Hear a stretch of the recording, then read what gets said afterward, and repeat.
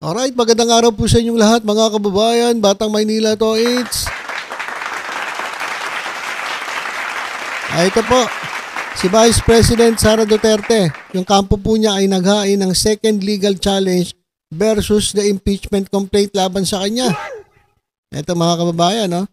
Naghain si Vice President Sara Duterte ng second legal challenge laban sa kanyang impeachment sa Korte Suprema. Kinumpirma ngayong Miyerkules, February 19. Ayan mga kababayan, basahin lang natin itong report. Ayon kay Supreme Court spokesperson, Attorney Camille Ting, natanggap nila ang petisyon ni Vice President Sara Duterte para sa certiorari at prohibition kahapon po mga kababayan. Ngunit hindi ito natalakay sa en banc session nung araw na yon.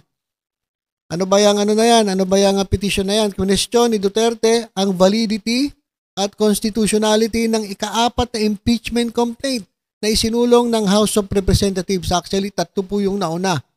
Ayun po yung final ng grupo ni sama-sama na po final ng grupo ng Magdalo, ng Akbayan, nila Franz Castro, at sino-sino pa ba yung mga nag-file. So basta yung grupo na yon, yung mga grupo na yun ni former Senator Leila de Lima, nag-file din po sila. So yun po yung naunang 3. Yung pang-4 po, ito po yung final ng House of Representatives na nagkaroon po sila ng 215. More than 1/3 of the members of the House of Representatives, kaya yun po ay naiakyat dyan po sa Senado. So, kini-question ni Duterte ang validity at constitutionality nung 4th impeachment na yun na isinulong nga ng House of Representatives. The petition seeks judicial intervention from the High Court to uphold due process and raises serious legal and constitutional concerns. Ayan mga kababayan. At ito namang daw Vice Presidente ay nagtitiwala sa Supreme Court na ito nga Supreme Court will exercise its constitutional duty to safeguard democratic principles and uphold the rule of law. Yan po yung ayon sa kanyang mga abogado. Ito matindi mga kababayan. Tingnan niyo po yung mga abogado ni Sara Duterte. Fortune Law Office, Narbasa Law Office at Salazar Law Office. Grabe naman yan. Mga big time to mga kababayan. Fortune, Narbasa, Salazar Law. Yan po yung yung mga bigating mga law firms na kumakatawan kay Vice President Sara Duterte. Sana all. Sana all meron pambayad, no? Diyan sa magagaling na abogado na yan. Mga yan eh. Ano tawag doon? Dekalibre. Hindi po libre yan Dekalibre. At ano ba yan? Dekalembang. Dekalembang ba tawag nila doon? Dekampana. Dekampanilya na mga abogado. Ayan. At ang respondent mga kababayan ay si Senate President Francis Chis Escudero, House Speaker Martin G. Romualdez, at House Secretary General Reginald Velasco. So, ayan po ang mga respondents, yan po ang mga inirereklamo. Mga kababayan, kanina lang napanood ko yung press conference ni Francis Chis Escudero. At ayon sa kanya, talagang malabong-malabo na magawa ang impeachment trial ngayon pong recess. So, pinakamaaga, June 2, pero hindi po hindi pa po trial proper yung gagawin. Kasi alanganin na mga kababayan eh. Kasi meron pong papalit na 12 senators yung mga bago. So, malamang ito po ay tatawid from 19th Congress to 20th Congress. So, yun po ang, dun po sa 20th Congress, dun po magsisimula ang trial proper, ang impeachment trial. Na sa tingin ko mga kababayan, alam niyo sa tingin ko, ito lang yung nakikita ko Hindi ko alam kung pare-parehas ang ating magiging pananaw dito. Para sa akin, okay lang eh. Okay lang.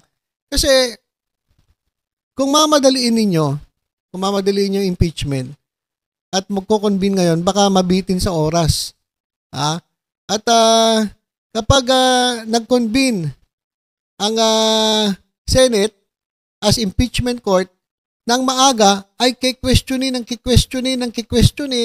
ng mga abogado ni Sara Duterte itong gagawin nilang proseso. So parang sinasabi ni Chis Escudero, ayaw niyang magkaroon ng butas para masilip nung nasasakdal itong si Vice President Sara Duterte. Kaya pinakamaganda, mangyari impeachment trial dun sa talagang timeline. Ewan ko kung nagigits ng iba kasi syempre iba excited na talaga magkaroon ng impeachment trial. Pero sa tingin ko mga kababayan, kung ngayon gagawin ng impeachment trial, marami po kasing mga senators na sa tingin ko mas kakampi para ma-acquit si Sara Duterte. Kaya siguro pinakamaganda, sundin na lang yung batas, sundin yung proseso, at huwag kayo masyado magmadali. Darating naman yan, matagal pa naman yung 2028 na pwedeng tumakbo si Sara Duterte. Kasi isa po sa talagang gusto mangyari nung nag-file ng impeachment case ay para hindi na makatakbo si Sara Duterte sa 2028 at hindi na po payagang humawak ng kahit anong posisyon sa gobyerno. So, para sa akin, okay lang Para sa akin lang yun ewan ko po sa inyo kasi sa tingin ko, sa 20th Congress, mas marami po ang boboto na ma-impeach si Sara Duterte. Ayun lang po yung sa akin. Kung kayo naman nagmamadali, okay lang naman. Kaso, hindi po kasi yun ang hindi po yun ang parang babaguhin nila yung rules para lang dito kay Sara Duterte. Hindi magkaroon ng problema yan. Mas lalong magkakaroon ng butas si Sara Duterte para masilip na etong Senate, ginagawa lang ito para talagang o dahil pinag-iinitan nila ako, pwedeng sabihin nyo ng grupo ni Sara Duterte na tingnan nyo naman yung mga abogado niya, Fortun, Narbasa at Salazar. Mabigat pong mga kalaban yan. So, balik tayo rito sa sa reklamo na i-final nila at pinapatingnan. Kasi itong certiorari mga kababayan, ito po ay legal process na kung saan pinapareview po ng grupo nila sa Supreme Court yung previous ruling ng mas mababang korte. Yun po yung certiorari. At ito mga kababayan, pakinggan natin itong unang petisyon dito sa Korte Suprema. Ito po ang yung Mindanaoan lawyers at yung mga burateros. Mga kababayan, pakinggan po natin itong report. Naghain ng petisyon for certiorari and prohibition sa Supreme Court ang mga Mindanaoan lawyer para harangin ang impeachment proceedings laban kay Vice President Sara Duterte. Hiniling ng mga abogado na sina Atty. Israelito Torion, Atty. Martin Degra, Atty. James Reserva, Atty. Hilary Olga Reserva at Atty. Luna Acosta na magpalabas ang Korte Suprema ng temporary restraining order at injunction para ipawalang bisa ang impeachment complaint. Kasama rin sa mga nagpetisyon ng vice-alcalde ng Davao City. So pinapawalang bisa nila yung impeachment complaint mga kababayan. Ilang miyembro ng Konseho ng Lungsod at ang mga kilalang political vloggers na sina Darwin Salcedo, Lord Byron Cristobal at Lord Oliver Raymond Cristobal. Ayon sa Ayan mga kababayan, kasama yung mga vloggers. Yung burateros na talaga na mga ibinenta na ang kanilang kaluluwa. Kay Kibuloy mga kababayan. Nila, epektibo at hindi dapat dinggin ng Senado ang impeachment complaint na inahain ng Kamara. It did not consider the 3 priorly filed impeachment complaints. It did not likewise consider due process to the Vice President. And it did not also follow the constitutionally prescribed verification process. And because of these 3 and other grounds, the impeachment complaint should be dismissed. Okay, so yan mga kababayan, sinasabi ni Torion. Ito, sobrang sip-sip din kay Kibuloy. Ito si Torion. At ngayon ito na. Talagang dito makikita natin mga kababayan na itong KOJC, Kibuloy at Duterte, kumbaga isang grupo po yan mga kababayan. Talagang grupo po sila. Para sa isang layunin. Para kontrahin ang gobyerno. O yan po yan. Sila-sila yan. At ito, nadagdagan pa ng mga vloggers. Yan po yung na-vlogger sa likod. Si Dada. Sa yung si Jaculeros. So ayan mga kababayan, nag-file po ng second legal challenge itong si Sara Duterte. Ito lang naman ang tanong ko. Akala ko ba, BP Sara Duterte, sabi mo hindi yan masakit. Sabi mo nga mas masakit pa ang maiwanan ng boyfriend o girlfriend kaysa ma-impeach. Diba? Sabi mo yun dati, kailan ba sinabi ni Sara Duterte yun? February 7, 2025, sabi niya, nung malaman niya na na-impeach na siya, sabi niya, wala yan. Hindi ako maapektuhan yan. Ano ba yung impeachment na yan? Mas masakit pa ang maiwanan ng boyfriend o girlfriend kaysa ma-impeach ka ng House of Representatives. Ayun yung una niya sinabi. Parang binaliwala niya lang itong impeachment complaint laban sa kanya. Tapos ngayon, ito, after ilang days, 11 days, ito na. Naghain na ng petition for certiorari and prohibition sa Korte Suprema laban sa kinaharap niya impeachment case. Akala ko ba okay lang? Apektado ka rin pala no?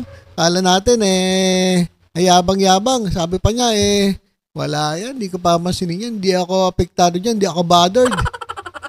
Mas masakit pa nga iwanan ako ng aking boyfriend o jowa kaysa dyan sa impeachment na yan. Pero ito, mga kababayan, nag-file na ng petition. So, wala. Akala ko ba, baliwala lang. Kunwari lang pala, hindi masakit ang impeachment. Kunwari lang pala, hindi masakit. Kunwari lang, hindi siya bothered. Pero ang totoo, hindi na siya makatulog. Kaya hinaharang na ni VP Sara Duterte itong inihaing impeachment laban sa kanya. So yan mga kababayan yung update natin. Dito po sa sa kinaharap ni Sara Duterte. So kunwari lang hindi masakit pero ramdam na niya. So ayan mga kababayan yung ating update dito po sa impeachment ni Sara Duterte. At mukha talagang malabo pang maumpisahan ito at ito itatawid pa sa 20th Congress. Talagang nanindigan si Chis Escudero. Panoorin niyo yung guys, panoorin niyo yung press conference sa Senate. Maliwanag naman ang paliwanag ni Chis Escudero. Siyempre, maraming nagmamadali, maraming gusto agad ma-impeach si Sara Duterte. Kaso ang problema kasi, kapag nagmadali, baka mas lalong tawag dito, maunisyami, mga kababayan. Mas maganda yung slow but sure. Ayan siguro yung ginagawa ni Chis Escudero pero hindi natin nababasa kung kung anong nasa isip ni Chis Escudero. Maging yung sulat ni sulat ni Coco Pimentel, nirerespeto naman daw niya pero hindi niya kayang gawin yung gusto mangyari ni Coco Pimentel kasi unang-una hindi naman daw majority yung sumulat sa kanya kundi ito si Coco Pimentel ay parte ng minority. So yun lang po mga kababayan muna ang ating update sa nangyayari dito sa ating bansa. Abang-abang lang po tayo. Basta ito si Sara Duterte, kunwari lang hindi masakit. Hindi masakit ang impeachment. Pero ngayon hinaharang na ng kanyang kampo itong nakahaing impeachment case laban sa kanya. So yun lang po muna mga kababayan. Basta tutok-tutok lang po dito sa Batang Maynila. Sa iba pang updates. Ingat po tayong lahat. God bless po.